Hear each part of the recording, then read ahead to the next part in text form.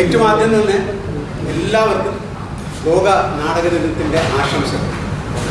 ഒപ്പം ഇന്ന് പല സ്ഥലത്തും ഇതേപോലെ നാടക ദിനം ആഘോഷിക്കുന്നുണ്ട്, ലോക നാടക ദിനമാണ്. എന്നിട്ടും ഇത്രയും അധികം പേര് വന്ന് നമ്മുടെ ഈ സദസ്സ് ഇത്ര സമ്പൂർണ്ണമാക്കി തന്നിരുന്നു. നിങ്ങൾ എല്ലാവരെയും ഓരോരുത്തരും ഈ നാടകം കാണാൻ സ്നേഹപൂർവ്വം സ്വാഗതം ചെയ്യും. നാടകം ആരംഭിക്കുകയാണ്. സാറേ, മുമ്പിലിരിക്കാൻ ഒരാൾക്ക് മുകളിൽ കയറാൻ പറ്റാത്തവർക്ക് പെടുന്നിരിക്കാം. ആ സൈഡിൽ പാസേജ് കൊടുത്തേക്കണേ. പ്രായമായിട്ടുള്ളവർക്ക് മുമ്പിലിരിക്കാം. ചേട്ടൻ പിടിക്കും. സാർ വിടുന്നു. സാർ പാസേജ് ഒന്നും ഇട്ടു. കുറച്ചുകൂടി സെൻറ്ററിൽ മാറിയിട്ടുണ്ട്. ഇതൊന്നും തുടങ്ങല്ലേ, നാടകം ആരംഭിക്കാം. നാടകം കഴിഞ്ഞിട്ട് അവർക്ക് ചർച്ചയും സംസാരമൊക്കെ. അപ്പോൾ തുടങ്ങല്ലേ? സത്യത്തെ ആ നാടകം തുടങ്ങുന്നതിന് മുമ്പുള്ള പാട്ടുണ്ട് നമ്മൾ പ്ലേ ചെയ്ത് കേട്ടോ. അപ്പോൾ ഞാൻ പുറത്ത് കൗണ്ടറിൽ ഇരിക്കുന്നുണ്ടോ?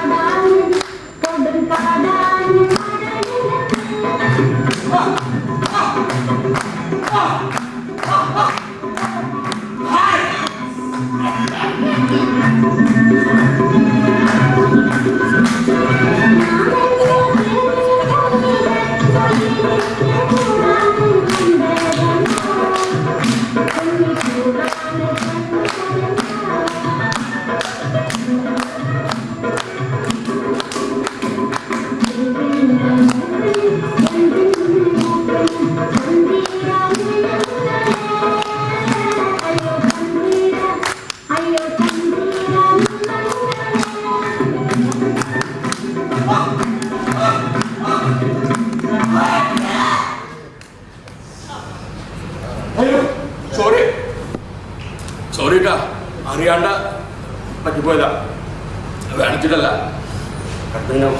സോറി, ഞാൻ എല്ലാവരോടും ക്ഷമിക്കുന്നു. നീ ഉണ്ടാവില്ല. സോറി, ഞാൻ മാപ്പ് വയ്ക്കുന്നു. നമുക്കിനി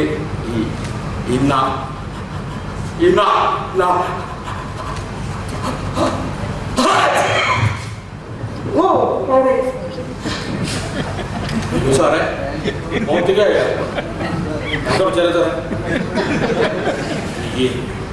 എന്നോട് മോൻ പറഞ്ഞത് സോറി. സോറി സാറേ, ഇനി ഉണ്ടാവില്ല. സോറി എല്ലാവരും സോറി. അതെ, എനിക്കിങ്ങനെ ഹാളിലിരുന്ന് നാടകം കാണുന്ന സ്വഭാവമൊന്നുമില്ല. ആഗ്രഹമില്ല, എന്നിട്ടല്ല, ഭയങ്കര ഇഷ്ടമാണ്. ഇടയ്ക്ക് ഞാൻ ഈ നാടകത്തിൻ്റെ ടിക്കറ്റുള്ള വഴിയിലൊക്കെ കയറി ഇങ്ങനെ നിൽക്കും. എന്നിട്ട് ടിക്കറ്റ് എടുക്കാൻ വേണ്ടിയിട്ട് ഇങ്ങനെ നിന്നിട്ടേ പൈസ ഇങ്ങനെ എടുക്കുന്ന ഞാൻ പറ്റിയാൽ ഇത് എനിക്കും എൻ്റെ കുടുംബത്തിനും ഒരു ദിവസത്തെ കഞ്ഞിക്കുള്ള വകയാണ്. ഇത് മതി. അപ്പോൾ പിന്നെ ഞാൻ അവിടെ ഒന്ന് കിടന്നിട്ട് നാടകം കാണാൻ വന്നാലും കണ്ടിട്ട് നാടകത്തിലുള്ള ബെല്ലടിച്ച വഴിക്ക് ബസ് സ്റ്റോപ്പിൽ നടക്കണം. അപ്പോൾ ഞാൻ നാടകം കാണാൻ പറ്റാതിനെ പറ്റിയിട്ട് എന്നെ തന്നെ സമാധാനിപ്പിക്കാൻ കുറേ കാര്യങ്ങൾ ഇങ്ങനെ പറയണം. അതായത് നാടകം കഴിഞ്ഞിട്ട് അങ്ങോട്ട് ചെന്നാൽ ലാസ്റ്റ് ബസ് അങ്ങനെ പോകും. പിന്നെ ഓപ്പോസിറ്റ് കൊണ്ടുവരും 150 രൂപയോ അതൊരു അഗ്രിച്ചല്ലേ. അതല്ല, ഇത് ഈ വീട്ടിലേക്ക് നടന്നു പോച്ചാൽ ഈ ക്ഷീണിച്ചാൽ ഞാൻ പിന്നെ ഒരു 5-6 കിലോമീറ്റർ നടക്കാന്ന് വന്നാലേ അത് നടക്കുന്ന കാര്യമല്ല.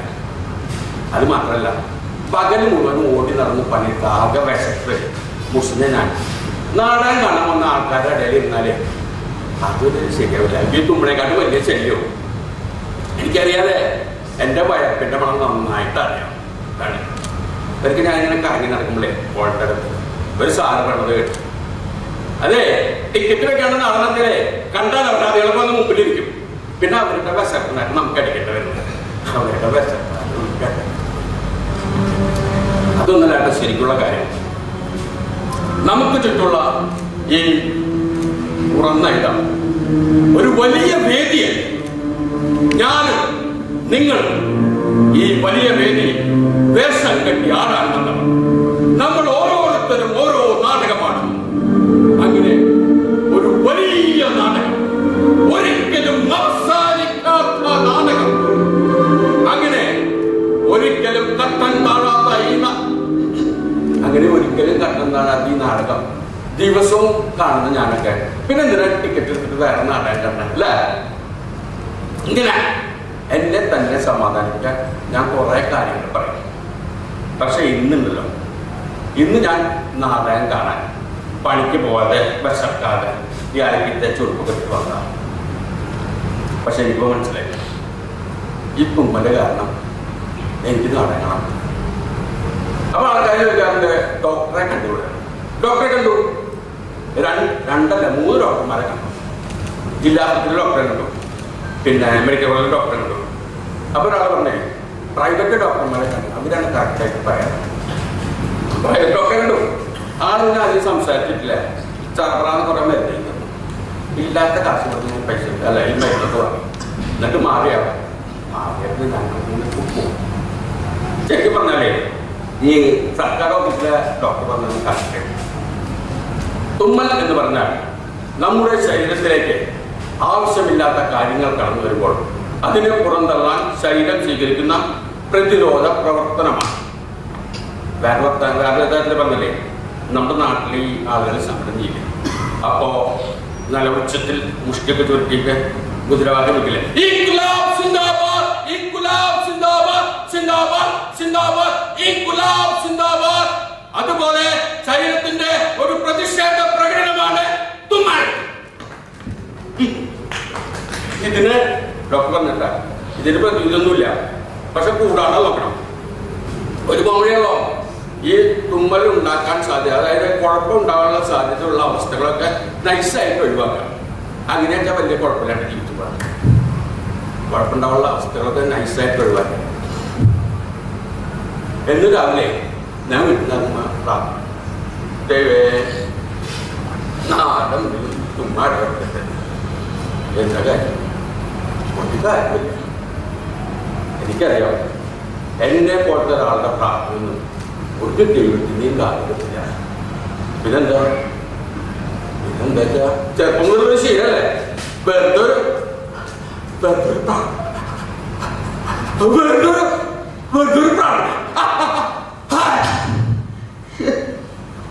സോറി കണ്ട, ഞാൻ പറഞ്ഞില്ലേ ഇത് ശരിയാവില്ല, ഇത് ശരിയാവില്ല. എനിക്ക് പറ്റിയ സ്ഥലമല്ല. ഞാൻ ഇവിടെ നിന്നാലേ നിങ്ങൾക്ക് കൂടി ശരിയാവും. ഞാൻ പോവാ. ഇവിടെ അതെ ശരിയാവില്ല, നമുക്ക് പറ്റിയ സ്ഥലമല്ല. എനിക്ക് നിങ്ങളെല്ലാവരുടെയും അടുത്ത് വന്നിട്ട് പ്രത്യേകം ക്ഷമ ചോദിക്കുന്നുണ്ട്. പക്ഷേ അതിനെ പറ്റിയൊരു സന്ദർഭമല്ലല്ലോ. നിങ്ങൾക്ക് ഈ നാടകം കാണാനുള്ള ഒരു മൂക്കല്ലേ. അപ്പം ഞാൻ എപ്പോഴെങ്കിലും നിങ്ങളെ ഓരോരുത്തരെയും കണ്ടിട്ട് പ്രത്യേകം ക്ഷമ ചോദിക്കുന്നതായിരിക്കട്ടാ. അല്ല അതിപ്പോൾ എങ്ങനെ നടക്കുക? നമ്മളിതിനെപ്പം കാണാനാ ഒരു കാര്യം ചെയ്യോ, അല്ലെ ഒന്ന് മൊബൈൽ ഫോൺ എടുക്കോ, ഒന്ന് മൊബൈൽ ഫോൺ എടുക്കും. ഒരു കാര്യം, എനിക്കൊരു മിസ് കോൾ അടിക്കും. ഞാൻ നമ്പർ പറയട്ടെ, 94 47 11 42 76. 94 47 11 42 76. ഒരു മിസ് കോൾ. ഇതെന്തിനറിയോ? എനിക്കൊരു വാട്സപ്പ് ഗ്രൂപ്പ് ഉണ്ടാക്കാൻ. ഈ വാട്സപ്പ് ഗ്രൂപ്പ് ഉണ്ടാക്കിയാലേ നിങ്ങൾ ഓരോരുത്തരോടും അല്ലെങ്കിൽ പൊതുവായിട്ടോ എന്താ യഥാർത്ഥ പ്രശ്നം എന്താണെന്ന് വിശദീകരിച്ചിട്ട് ക്ഷമ ചോദിക്കാലോ. അതിന് വേണ്ടിയിട്ടാണ് ദയവിട്ടൊരു മിസ് കോൾ ചെയ്യും. 94 47 11 42 76. എൻ്റെ നമ്പറാണ്, എൻ്റെ സ്വന്തം നമ്പറാണ്. ഈ വാട്സപ്പ് ഗ്രൂപ്പ് ഉണ്ടാക്കാമെന്ന് എനിക്കറിയില്ല. എൻ്റെ മോളെ ചെയ്യാം, അവള് മിടിക്കാൻ ഇങ്ങനത്തെ ഫോണൊന്നും ഞാൻ ഉപയോഗിച്ചിട്ടില്ല. മോളൊക്കെ അവൻ്റെ സ്കൂളിൽ പഠിക്കുന്ന കോവിഡ് കാലത്ത് ടീച്ചർമാരെ സംഘടിപ്പിച്ചു കൊടുത്തായിരുന്നു. കോളൊന്നും വന്നില്ലല്ലോ, കോളൊന്നും വന്നില്ല. 42 നമ്പർ അറിയില്ല, 42 90 തെറ്റുപോയി. ആ നമ്പറിലൊന്ന് വിളിച്ചാൽ മതി കേട്ടോ. പ്ലീസ് ഒന്ന് വിളിക്കും. ഒരു കോൾ വരും. എൻ്റെ സ്വന്തം നമ്പറാണ്, എൻ്റെ സ്വന്തം ഫോണാണ്, എൻ്റെ സ്വന്തം നമ്പറാണ്. 94 47 11 42 76. ഇത് പോലീസ് സ്റ്റേഷൻ്റെ നമ്പറോ മന്ത്രിയുടെ നമ്പറോ അല്ലെങ്കിൽ മയക്കുമരുന്ന് കച്ചവടക്കാരൻ്റെ നമ്പറോ തീവ്രവാദി ഗ്രൂപ്പിൻ്റെ നമ്പറൊന്നുമല്ല, എൻ്റെ സ്വന്തം നമ്പറാണ്. ഈ പാവപ്പെട്ട ഈ പാവത്താണ് അതിൻ്റെ ഒരു നമ്പറാണ്. ഒന്ന് വിളിക്കൂ പ്ലീസ്. കോളൊന്നും വരുന്നില്ല, ഒന്ന് വിളിക്കുന്നേ, വിളിക്കൂ. ഒരു പ്രത്യേക മാനസികാവസ്ഥയിൽപ്പെട്ട ഒരാൾക്ക് അതിന് സമാധാനത്തോടെ പുറത്തിറക്കാൻ വേണ്ടി നിങ്ങളുടെ സഹായം ആവശ്യപ്പെടല്ലേ. അപ്പം കണ്ടില്ല എന്ന് പറഞ്ഞാൽ പുറത്തുനിന്ന് ശരിയാണ്. ഒരു മിസ് കോളെ തരാൻ പറയുന്നത് ഞാൻ ഒരു മിസ് കോളൊന്നുകൂടെ എനിക്കൊരു മിസ് കോള്, ഒരു മിസ് കോളിൽ എനിക്ക് മാനസികാവസ്ഥയിൽ നിന്ന് പുറത്ത് കിടക്കാനാ. ഒരു മിസ് കോൾ പ്ലീസ്.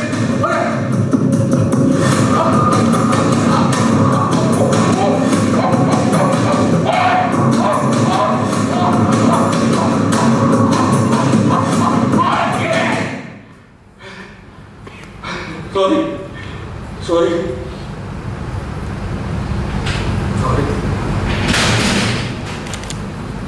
ഇതെന്ത് കുറെ ആളുകളുടെ ചിത്രങ്ങളാണല്ലോ ഇത്. ഈ നാടകത്തിന്റെ സെറ്റ് ആവുമല്ലേ, ഒന്നും ക്ലിയർ ആവില്ല. ടോട്ടൽ ചോദ്യം ഇതില്ലല്ലോ. ഇതിന് ഞാൻ ഇടയ്ക്ക് സെക്യൂരിറ്റി പണിക്ക് പോകും. അപ്പൊ കയ്യിലേക്കുള്ള ഒരു ഒരു ധൈര്യത്തിന് വല്ല പട്ടിയെ പൂച്ചിട്ട് വന്നാൽ തെറിഞ്ഞു പിടിക്കണം. ടോട്ടൽ ചോക്കട്ടാ ഇതെന്താ കുറെ മുഖങ്ങളാണല്ലോ.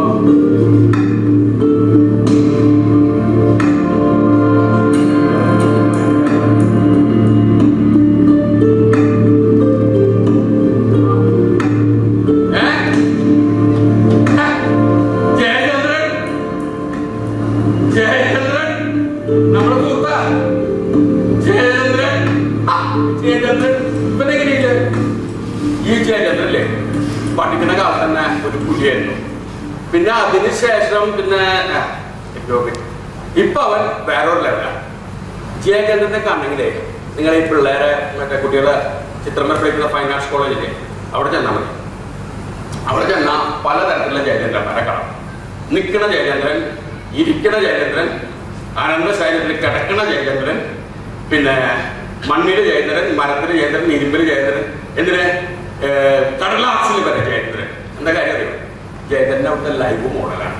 ഈ പിള്ളേർക്ക് ചിത്രം വരയ്ക്കാൻ മോഡലായിട്ട് ഇങ്ങനെ ഒരു പോസ്റ്റായിട്ട് നിന്നുണ്ടെങ്കിലേ ഒരു ദിവസം വരെ അനങ്ങാണ്ട് മുത്തും കടി സംസാരിക്കാൻ.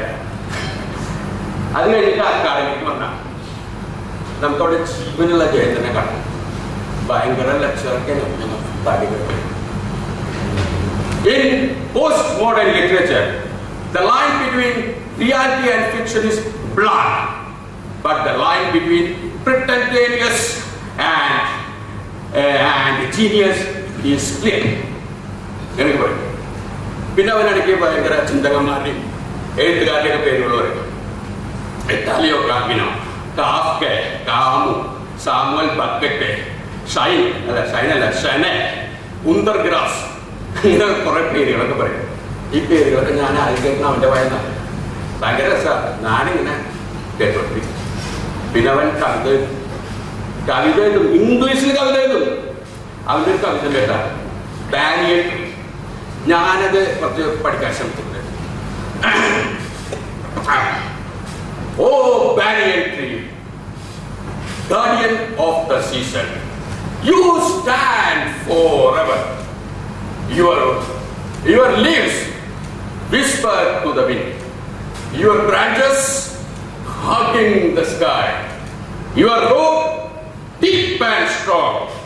Oh banyan tree, you stand to share a story. Take a story. അങ്ങനെ ഈ പഹയൻ ഇപ്പൊ നാടകത്തിൽ കയറി. ഞാൻ പറഞ്ഞില്ലേ ചെറുപ്പം മുതൽ അവൻ പുലിയാണ്. എന്ത് നാടകം കഴിഞ്ഞിട്ട് അവൻ്റെ ചാടി ചന്ദ്ര നാടകം കഴിഞ്ഞിട്ട് എൻ്റെ ഒപ്പം ഒരു ചായ കുടിക്കട്ടാ. ആ ഇതൊക്കെയല്ലേ നമ്മുടെ കൊച്ചു കൊച്ചു സന്തോഷങ്ങള്. ഇനിയിപ്പോ ആരാണ് നോക്കട്ടെ. ആ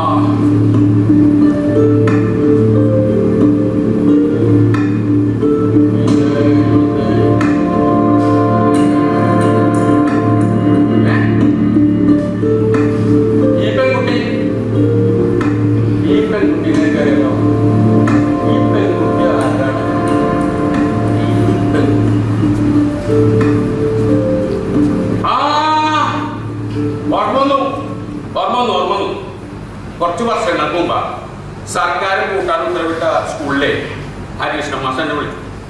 അവിടുത്തെ കുറച്ച് ആർട്ടിസ്റ്റാണെ കൊണ്ടുപോയിരിക്കാണ് ഈ കാലൊഴിഞ്ഞ ബെഞ്ച്, മേശ, കസേര, ബോർഡ് അങ്ങനെയൊക്കെ. അപ്പം ഞാനങ്ങനെ ചെന്നു. അപ്പോൾ അവിടുത്തെ പിള്ളേരെല്ലാം കൂടി ആ സ്കൂളിൽ ആകെ 10-15 പിള്ളേരുണ്ടായിരുന്നു. ഞങ്ങൾ ഇങ്ങനെ കാര്യങ്ങൾ പറഞ്ഞുകൊണ്ടിരിക്കുമ്പോഴേ ഒരു പാട്ട്, എല്ലാരും ചൊല്ലണ് എല്ലാരും ചൊല്ലണ് കല്ലാണ് നെഞ്ചിലെന്ന്, കരിങ്കല്ലാണ് കരിങ്കല്ലാണ് നെഞ്ചിലെന്ന്. എനിക്ക് പറയാനറിയില്ല, പക്ഷെ ഒരു മോള് നല്ല സൂപ്പറായിട്ട് പറയും. എനിക്ക് ഭയങ്കര ഇഷ്ടമായി. മോളുടെ വീട് എവിടെയാ? എൻ്റെ ചോദ്യം കേട്ടോയ്ക്ക് ബെല്ലും ബ്രേക്ക് ഇല്ലാത്ത മോള് പോലെ ആ കുട്ടിയോട് സംസാരിക്കാൻ തുടങ്ങി. വീട് റെയിൽവേ ട്രാക്കിന്റെ അപ്പുറത്തെ പുറമ്പോക്കില്ല. അച്ഛനില്ല, അമ്മയ്ക്ക് രാത്രിയുടെ പണി, അമ്മയ്ക്ക് രാത്രിയെ ജോലി. വൈകുന്നേരമായി അമ്മ പൗഡറൊക്കെ ഇട്ടിട്ട് നല്ല മണല സ്പ്രേ ഒക്കെ അടിച്ചിട്ട് അമ്മേനെ കാണാൻ നല്ല പണി. അമ്മ പോയാൽ പിന്നെ രാത്രി വരില്ല. പിന്നെ ഞാനും അനിയനും ഒറ്റയ്ക്ക. ഞങ്ങളപ്പോൾ പേടിയാവാതിരിക്കാൻ പാട്ടൊക്കെ പാടിയിട്ട് പിന്നെ കിടന്നുറങ്ങും. അതെ, ഞാനും അനിയനും പ്രാർത്ഥിക്കും അമ്മയ്ക്ക് സൂപ്പർ വരാൻ. അങ്ങനെയൊക്കെ രാത്രി ഞങ്ങൾക്ക് അമ്മേനെ കെട്ടിപ്പിടിച്ചിട്ട് ആ കുട്ടിയുടെ നോക്കി. പിന്നെ ഞാൻ നോക്കിയില്ല. നോക്കിയാൽ ഞാൻ കറങ്ങി പോയി.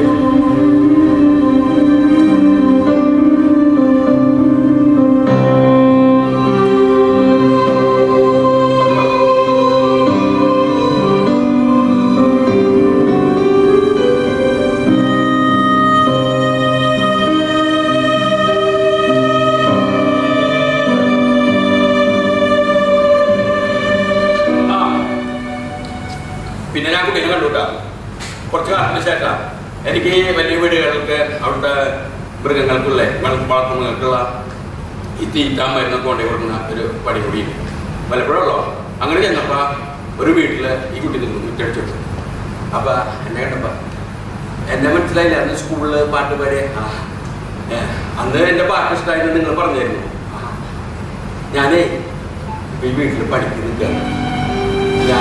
അതെ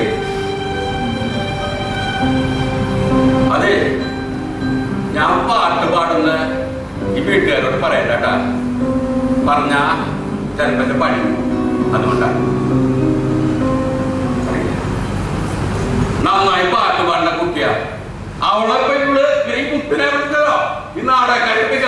അത് ശരി, ഇത് നാടകം കൊണ്ട് സൂപ്പറോ നല്ല പാട്ട് പാടുന്ന കുട്ടിയുടെ പാട്ടുള്ള നാടകം. അയ്യോ സോറി കണ്ടിട്ട് ഞാൻ പോകുന്നുള്ളൂ.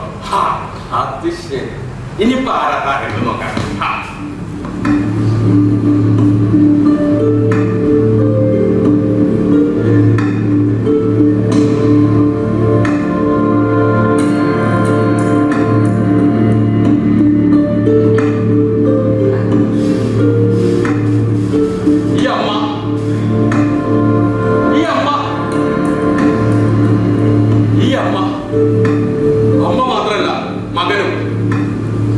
എപ്പോ വേണമെങ്കിലും സമയവും കാലവും ഇല്ലാതെ അവർ നമ്മുടെ മുന്നിൽ വന്നപ്പെടും.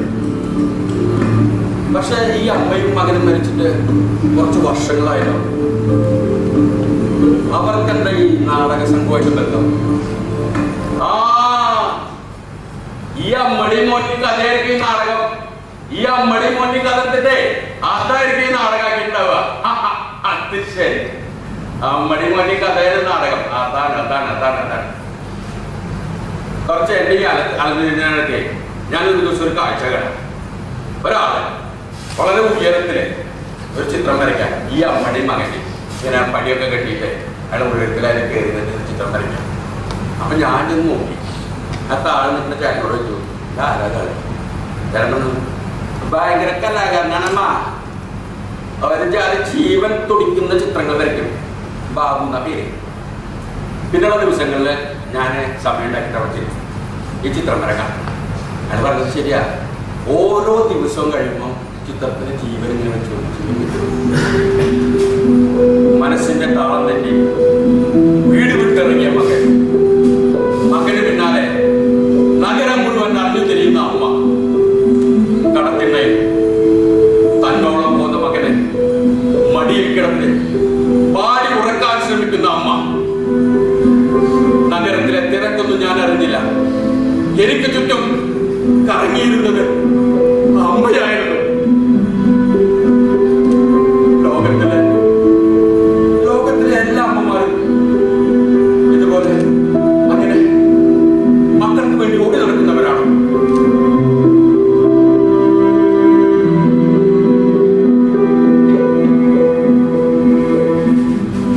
ഇതിലെ ഓരോ ചിത്രങ്ങളും ഓരോ നാടകങ്ങളാണ്.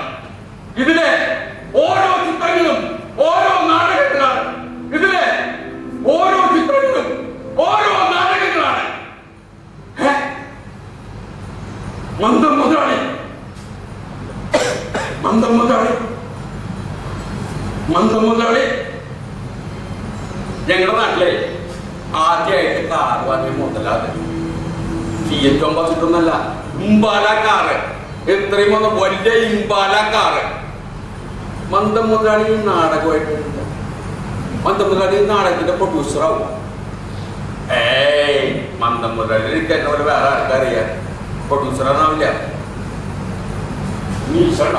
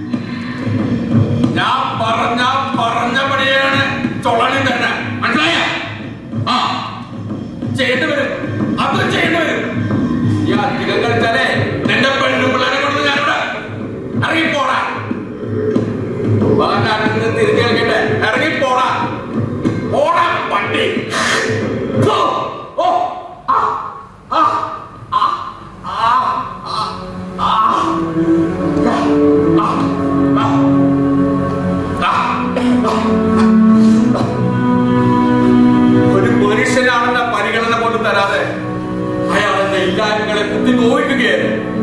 അതിൽ സന്തോഷം കണ്ടെത്തുകയായിരുന്നു. പിന്നെ ഞാൻ അവിടെ പഠിക്കുന്നില്ല.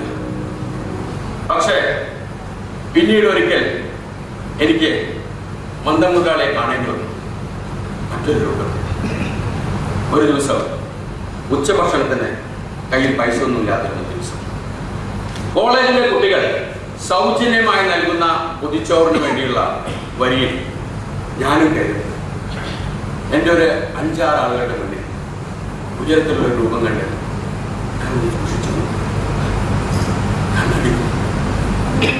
മന്ദം മുതലാളി മന്ദം മുതലാളി മന്ദം മുതലാളി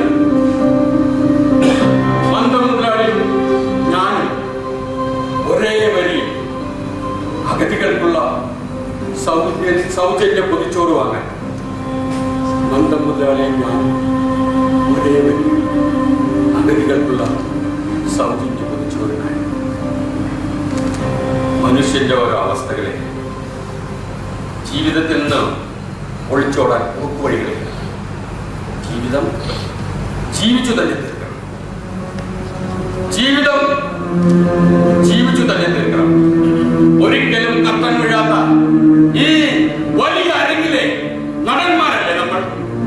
ഒരിക്കലും കത്തൻ വീഴാത്ത ഈ വലിയ അരങ്ങിലെ നടന്മാരല്ലേ നമ്മൾ? ഈ ചിത്രങ്ങൾ എന്നെ അസ്വസ്ഥനാക്കുന്നു. ഇനിയും ആരുടെ മുഖമാണോ ഇതിൽ ഒളിച്ചിരിക്കുന്നത്? ഇനിയും ആരുടെ മുഖമാണോ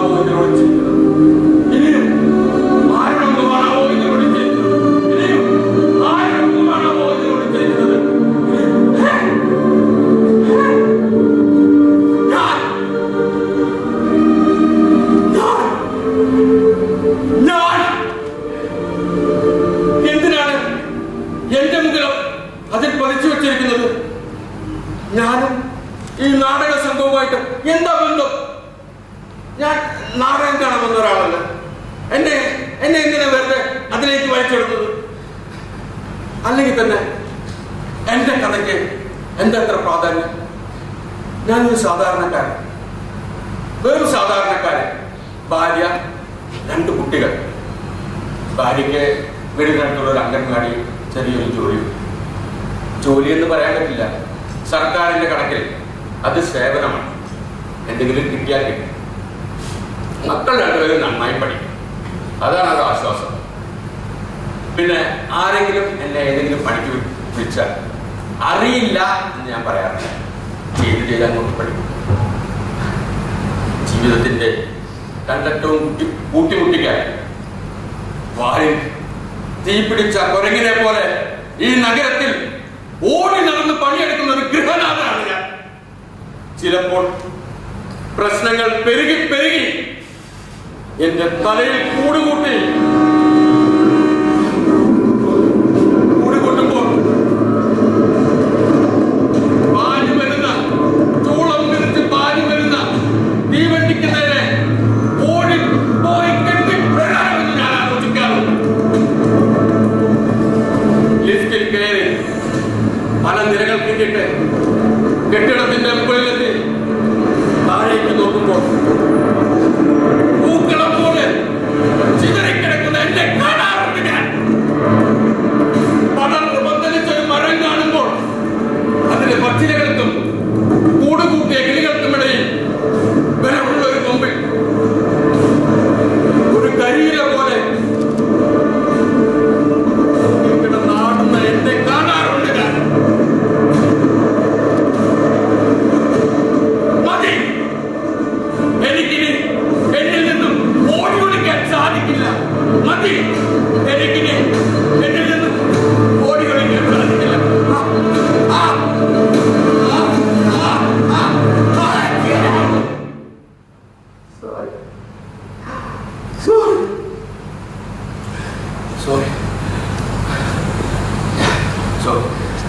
ഞാൻ നിങ്ങളെല്ലാം വളരെ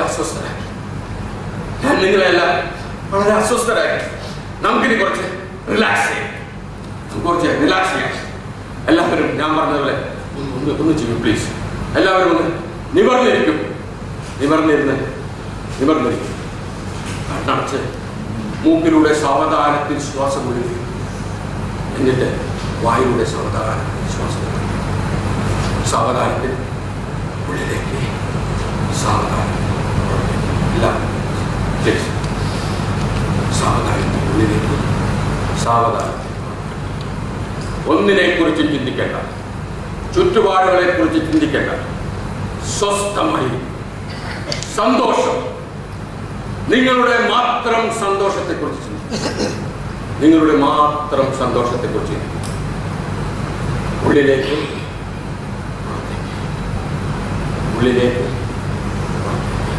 മറ്റൊന്നിനെ കുറിച്ച് ചിന്തിക്കേണ്ട. സ്വന്തം സന്തോഷത്തെക്കുറിച്ച് മാത്രം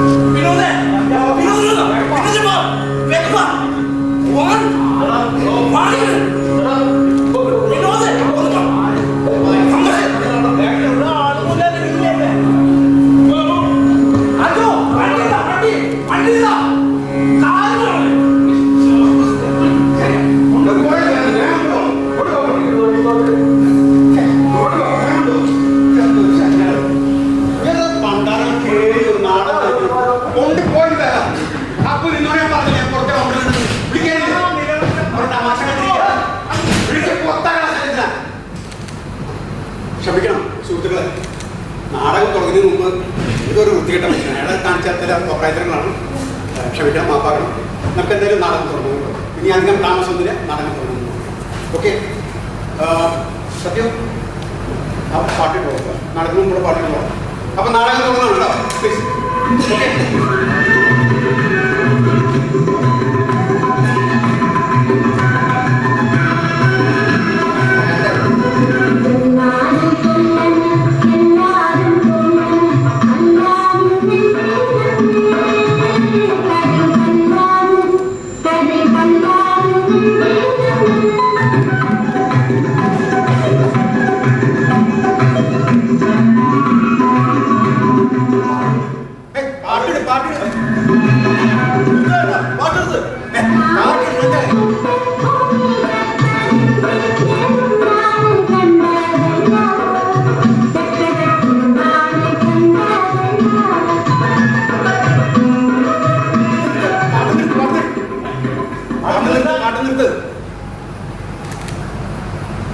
പ്രിയമുള്ളവരെ, വളരെ വിഷമത്തോടു കൂടി ഒരു കാര്യം അറിയിക്കുകയാണ്.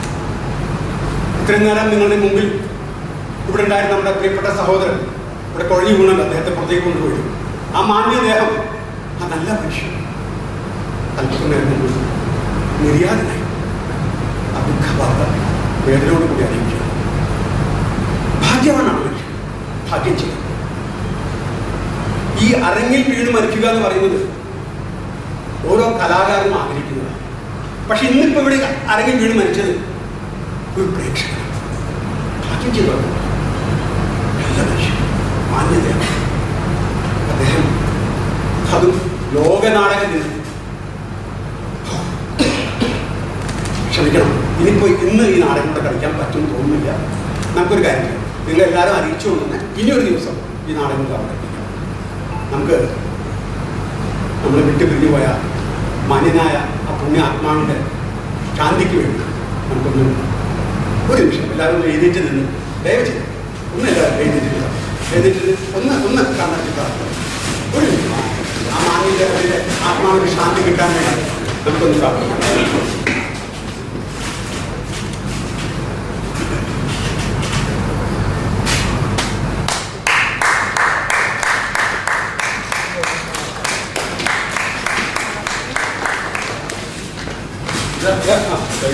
കഴിഞ്ഞ ഇരിക്കട്ടെ, സോറി, ഇരിക്കട്ടെ, എല്ലാവരും കഴിഞ്ഞല്ലേ? ഇതാണ് ഞാൻ പെട്ടെന്ന് നോക്കൂ. നിങ്ങൾ ഇന്ന് ലോക നാടക ദിനത്തിൽ നമ്മളെല്ലാവരും കൂടി ഇപ്പോൾ ഈ ഷേക്സ്പിയറിന്റെ വചനമുണ്ട്, all the world is a stage and all men and women are merely players. അങ്ങനെ നിങ്ങളും ഞാനും നമ്മളെല്ലാവരും കൂടി അവതരിപ്പിച്ച ഈ നാടകം നോക്കൂ. നിങ്ങൾ ഇവിടെ കാണാൻ ഇരിക്കണേ,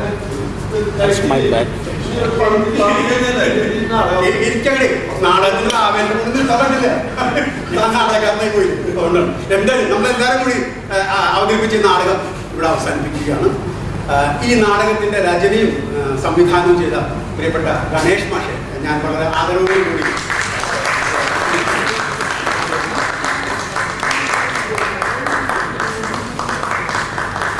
നാടകം രൂപപ്പെടുന്നതിന് ഒരുപാട് ആളുകളുടെ സഹകരണം ആവശ്യമാണെന്ന് എല്ലാവർക്കും അറിയാലോ. ഈ നാടകത്തിന് മനോഹരമായിട്ട് സംഗീതം നിർവഹിച്ചത് നമുക്കെല്ലാം പ്രിയപ്പെട്ട സത്യത്താണ്. സത്യത്തെ പ്ലീസ്. ഈ നാടകത്തിന്റെ ഈ പ്രധാനമായിട്ടുള്ള ഈ രംഗശില്പം രൂപകൽപ്പന ചെയ്തത് രാജേഷാണ്. രാജേഷ് എന്ന് പറഞ്ഞിട്ടുണ്ട്.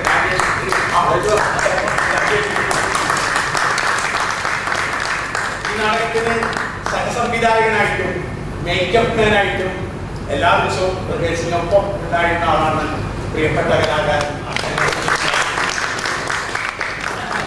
മറ്റൊന്ന്, ഈ നാടകത്തിന്റെ ശബ്ദം നിയന്ത്രിച്ചിരുന്നത് ബാബേട്ടൻ വരണം. അതേപോലെ തന്നെ ലൈറ്റ് ഞങ്ങൾക്ക് സപ്പോർട്ട് ചെയ്യുന്ന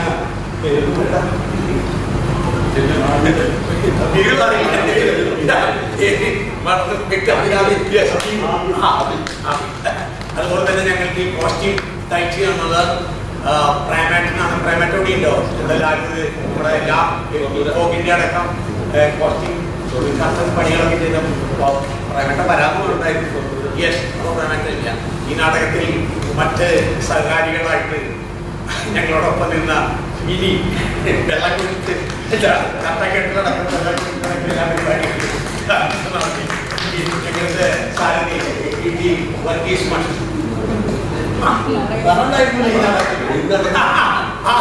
ഈ നാടകത്തിലൊരു നടനുണ്ടായിരുന്നു. പക്ഷെ നാടകത്തിൽ എവിടെയാണ് ഈ നാടകത്തിൽ ഒരു നടനുണ്ടായിരുന്നു. അദ്ദേഹത്തിന്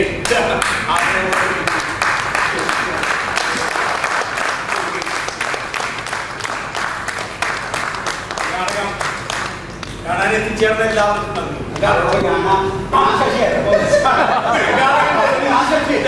അത് സംഘാടകന്റെ വേഷമായതുകൊണ്ട് സംഘാടകന്റെ വേഷത്തിൽ ഞങ്ങളുടെ ഏറ്റവും സീനിയർ ആയിട്ടുള്ള ഞങ്ങളുടെ സംഘത്തിന്റെ പ്രധാനപ്പെട്ട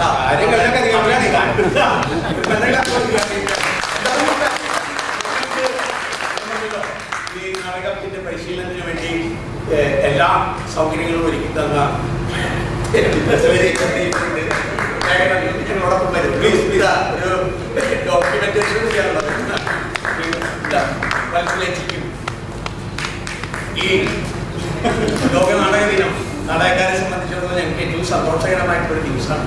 ഈ ദിവസത്തെ ഞങ്ങളോടൊപ്പം പങ്കുവയ്ക്കാൻ എത്തിച്ചേർന്ന എല്ലാ സുഹൃത്തുക്കൾക്കും മീഡിയ ഒക്കെ വളരെ സന്തോഷം. എല്ലാവർക്കും എൻ്റെ നാടകത്തിന് ആശംസകൾ. ഞാൻ വലിയ നാടകങ്ങൾ ഒരുപാടുള്ള നാടകങ്ങളൊക്കെ ചെയ്തിട്ടുണ്ട്. 2 പേര് കൂടിയൊരു നാടകം ചെയ്തിട്ടുണ്ട്. ആശം എന്ന് പറയുന്നത് ഒറ്റയ്ക്കൊരു നാടകം ആദ്യം സംശയം ഉണ്ടായിരുന്നു. ഞാനല്ലെങ്കിൽ ഗണേശൻ ചെയ്യാന്നുള്ളൊരു ഇതിലാണ് തുടങ്ങിയത്. പിന്നെ ഞാൻ തന്നെ ചെയ്യുകയായിരുന്നു. എനിക്ക് ഒരു നടൻ നിലയ്ക്ക് എനിക്ക് എപ്പോഴും ഇൻസ്പയർ ചെയ്യുന്ന ടെക്സ്റ്റാണ്. ആ തരത്തിലൊരു ടെക്സ്റ്റാണ് രൂപപ്പെട്ടത്. മുൻകൂട്ടി എഴുതി തയ്യാറാക്കിയ ടെക്സ്റ്റൊന്നുമല്ല.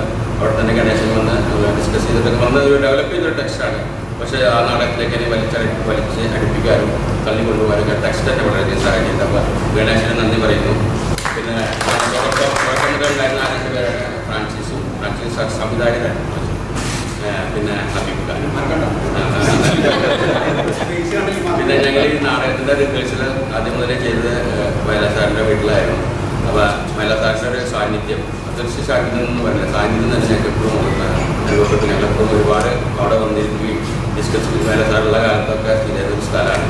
അപ്പോൾ ചേച്ചിയുടെ ഏതിലൊക്കെ ഉണ്ടായിരുന്നു. ചേച്ചി ഉണ്ടായിരുന്ന എപ്പോഴും കാര്യങ്ങളൊക്കെ അന്വേഷിച്ചു. ചേച്ചിയോടും വയലാർ സാറിനോടും ഞാൻ ഈ അവസരം നന്ദി പറയുന്നു. എല്ലാവർക്കും നന്ദി. എല്ലാവർക്കും എൻ്റെ ലോക നാടകത്തിനാണ്. സംഭവത്തിലെ ഇതുപോലൊരു ക്വസ്റ്റ്യൻ എഴുതിയിട്ട് ഞങ്ങളുടെ അറിവിലാണ് എന്തായാലും കളിക്കും എന്നുള്ളതായിരുന്നു. ഓക്കെ, സന്തോഷം. ഇങ്ങനെ നമ്മൾ പങ്കുവയ്ക്കുന്നത്